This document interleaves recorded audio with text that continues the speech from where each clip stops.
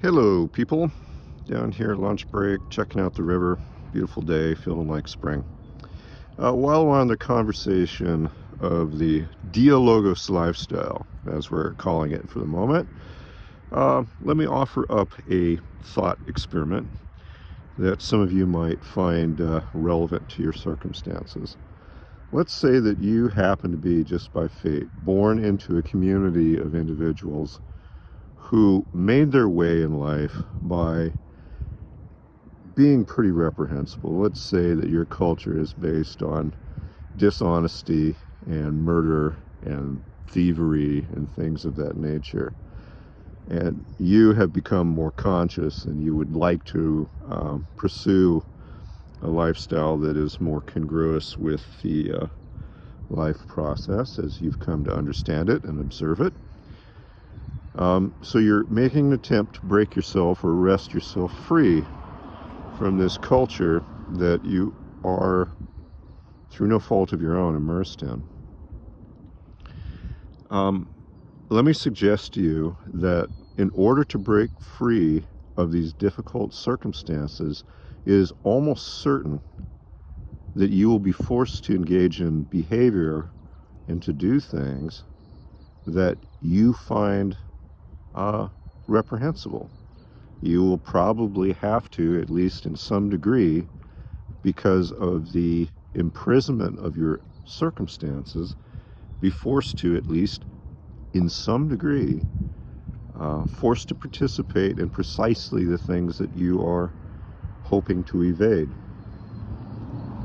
Now, this is a thorny philosophical question that is being, that I'm promoting here, discussed really in great detail and probably best by Thomas Aquinas in Summa Theologica, referring to this particular conundrum as what he calls the double effect.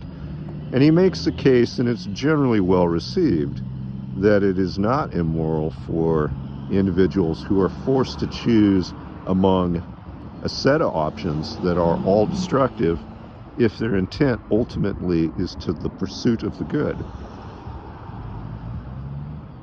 Now, certainly, especially in the circumstances that we face at the dusk of Western civilization and emergent resource scarcity and the rest, those of us who would like to move into lifestyles that are more benevolent are going to face precisely this issue, trying to figure out how it is that we can wrest ourselves away from participating in our own destruction.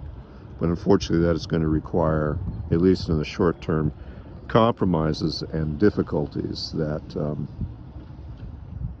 will be challenging.